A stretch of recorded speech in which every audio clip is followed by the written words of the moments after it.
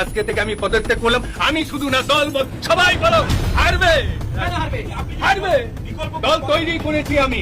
কিন্তু যে অপমান নবীন বাগ আমাদের তৃণমূল কংগ্রেসের ঘন্টাঘন্টার মানুষকে করে, আজকে যদি আমার প্রার্থী হন, তৃণমূলের লোকেরা ঘরে ঘরে আজও কালছে, তাদের কাল্লা থামবে না। আজকে তাদের কাল্লা তৃণমূল বাংলা থেকে মনে করেছে যে আমার চাইতে দেবাংশ ভালো হবে, কারণ এরা যুবক, এরা অনেক বেশি ফাইটার।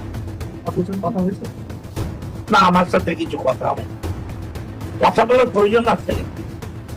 যেখানে দিদিমণি অভিষেক সিদ্ধান্ত নিচ্ছে, এরা দলের সর্বময় কর্তা, আমরা তো চুনোপুটির লোক, আমাদের সাথে কেন কথা বলবে বলুন?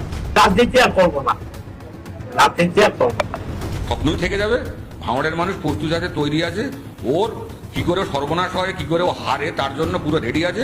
এখানে 300খানা বুথ আছে, সব বুথে মানুষ রেডি আছে। জীবনে কোনো রকমের দুর্নীতি নাই, সেই লোকটাকে বাদ দিয়ে পতাকার একজন লোককে এখানে দিয়েছে, রাজনীতিতে একে ভোটে দাঁড় করেছে। এটা আমরা কখনোই বরদাস্ত করবো না।